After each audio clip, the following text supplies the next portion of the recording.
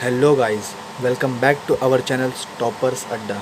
दोस्तों, first video में हमने देखा स्टॉक क्या होता है, ट्रेडिंग कंसर्न क्या होता है, मैन्युफैक्चरिंग कंसर्न्स क्या होता है और फीफो और वेटेड एवरेज कॉस्ट मेथड क्या होता है।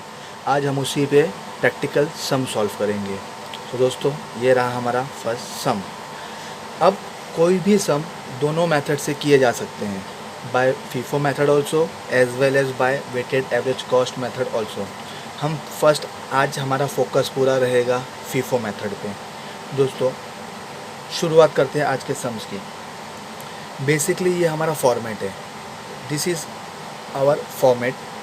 और आपको कोई भी आप प्रैक्टिकल सम स्टार्ट करें, सबसे पहले आप एक बार अपना फॉर्मेट कंफर्म कर लीजिए कि हाँ, हमारा फॉर्मेट ऐसे बनता है। दोस्तों, सबसे टॉप पे हमें लिखना है स्टॉक लेजर, उसके बाद डेट का कॉलम रहेगा, then received, issue and balance, and each column having their separate three columns: rate, quantity, rate amount, quantity, rate amount and quantity, rate amount. Okay, first question is following from the following particulars prepare stock recorded by FIFO and weighted average method. यही सब हमें दोनों method से करना है, but आज हम खाली FIFO मेथड करेंगे। ओके, हमें क्वेश्चन में डेट दी हुई है, ट्रांजैक्शंस दिए हैं, यूनिट्स दिया गया है, रेट दिया गया है। ओके, फीफो के बारे में हमने सीखा था first in first out, that is जो पहले आएगा वो पहले सेल होगा। बस इसी एक कॉन्सेप्ट को ध्यान में रखना है और हमारा पूरा सम सॉल्व हो जाएगा। नीचे एक एडजस्टमेंट दी गई है, the stock on hand on 1 January 2014 was 50 units at the rate ₹25 each. अब ये उसने हमें बताया है कि जब 1 जनवरी को हमारा स्टॉक इतना है, और फर्स्ट डेट का स्टॉक मतलब ओपनिंग स्टॉक। अब ओपनिंग स्टॉक, रिसिप्ट का बेसिक मतलब होता है परचेज, इशू का बेसिक मतलब होता है सेल्स। ये याद रखना है, परचेज किया तो हमें रिसिप्ट कॉलम में एंट्री दिखानी है, इशू किया तो हम सेल्स किया तो हमें इशू कॉलम में एंट्री दिखानी है, और बैलेंस, जो भी ट्रांजेक्शन्स करने के बाद जो बैलेंस बचेगा वो हमें बैलेंस कॉलम में रखना है। ओके, तो फर्स्ट हमें उसने दे दिया है ओपनिंग बैलेंस, तो हम यहाँ पे जाके पहले लिखेंगे हमारा date which is 1 January 2014। Okay, then opening balance है तो हम रिसिप्ट में भी यूज़ नहीं करेंगे, इशू में भी नहीं लिखेंगे, उसे डायरेक्टली लिखेंगे बैलेंस कॉलम में।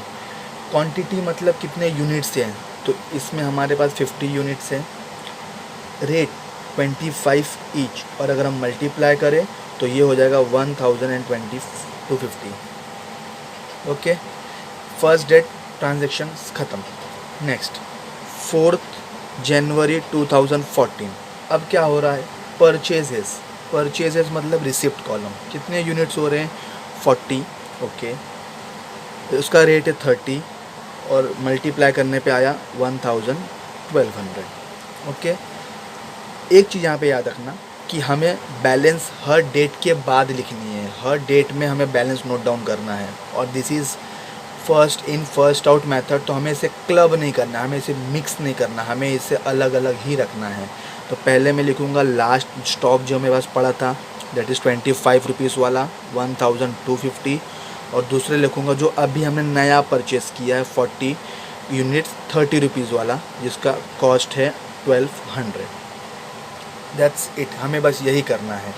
फिर आता है हमारा नेक्स्ट डेट है 17 जनवरी को क्या हो रहा है दोस्तों, फिर से परचेज़ किया है। ओके, 60 यूनिट्स है, 28 उसका रेट है, मल्टीप्लाई करेंगे तो 1680 आएगा।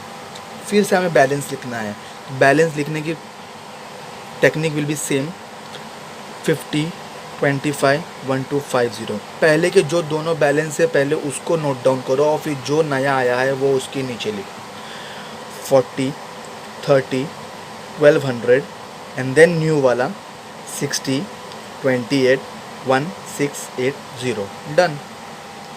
फिर नेक्स्ट है हमारा 20 जनवरी। 20 जनवरी को क्या हुआ है, सेल किया है, कितना 50 यूनिट्स, एंड रेट दिया है 35। दोस्तों, एक चीज़ यहाँ पे ध्यान रखने वाली बात यह है कि सेल के टाइम का जो भी रेट देगा उसे हमें कंसिडर नहीं करना है। उसका रीज़न ये है कि हम एक स्टॉक लेजर अकाउंट बना रहे हैं, हम कह सकते हैं कि हम खाली एक स्टोर संभाल रहे हैं, तो उसमें कितने स्टॉक आ रहे हैं और कितने स्टॉक जा रहे हैं हमें खाली उसका रिकॉर्ड रखना है, और उस रिकॉर्ड को हमें उसके कॉस्ट प्राइस पे ही रखना है। अब यहाँ पे हमें 50 यूनिट्स सोल्ड करने हैं और 35 रेट दिया है, बट मेरे पास यहाँ पे 3 अलग अलग रेट के गुड्स अवेलेबल हैं, एक 25 वाला, 30 वाला, 28 वाला, और वही रेट का गुड्स जाएगा। इसके लिए सेल के टाइम पे दिया हुआ रेट हमें कंसिडर नहीं करना है। क्वांटिटी है 50, पहले में इशू कॉलम में लिखना है हमें 50 फर्स्ट इन फर्स्ट आउट, तो जो पहले 50 था वो पहले सेल हो जाएगा। अब दोस्तों ये सेल हो चुका है, अब हमारे पास बैलेंस बचेगा 40 एंड 60। That's great.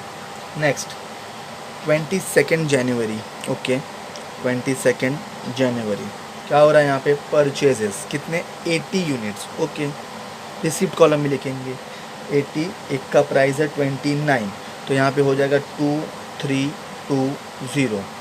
अब बैलेंस लिखते टाइम पहले हम पहले वाले बैलेंस लिखेंगे, दैट इज़ 40 एंड 60,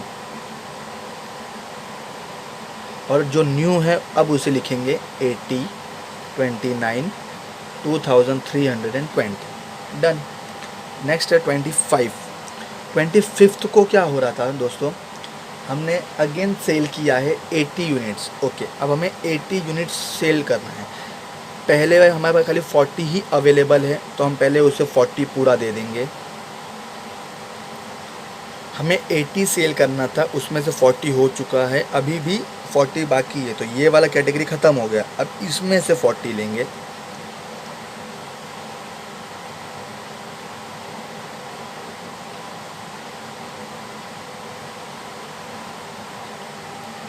और जो बैलेंस बच रहा है, अब इसका तो ख़त्म हो गया, अब इसके हमने 40 यूज़ किए हैं, 20 अभी भी स्टिल हमारे पास स्टॉक में है, तो इसे हम लोग बैलेंस में लिखेंगे,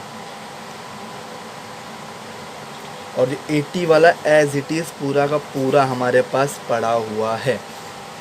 ओके नेक्स्ट 25 का ट्रांजेक्शन हो गया। अब 28 का ट्रांजेक्शन क्या बोल रहा है, हमें फिर से सेल करना है 20।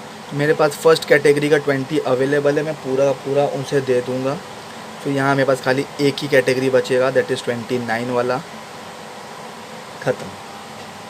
28 के बाद हमारा 30th को क्या हो रहा है, परचेज़ किया है हमने 100 यूनिट्स 26 के रेट से, दैट इज़ 2600। बैलेंस में जाएंगे तो 80, 29, 23 ये पहले का है, और जो अभी नया परचेज़ किया है इस दिन पे वो भी रिकॉर्ड करेंगे। नेक्स्ट लास्ट ट्रांजेक्शन है 31 जनवरी 2014 का, ओके इसमें हमें 90 सोल्ड करने हैं। अब 90 में से फर्स्ट तो हम लोग जो पहले उसी को देंगे, विच इज़ 80, 29, 2320, और जो बचा हुआ 10 है वो सेकंड कैटेगरी से देंगे, दैट इज़ 26260। अब बैलेंस लिखेंगे, तो बैलेंस में हमारे पास 90 बचा है, 262,340।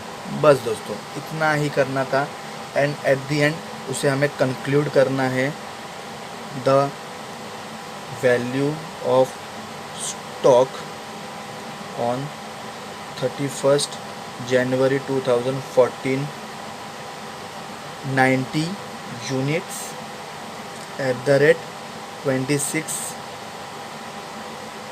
Is equal to ₹2340। दोस्तों यही था हमारा फीफो मेथड, और हमें यहाँ पे ऊपर टॉप पे लिखना है कि हमने किस मेथड से सॉल्व किया है, तो यहाँ लिखेंगे फीफो मेथड।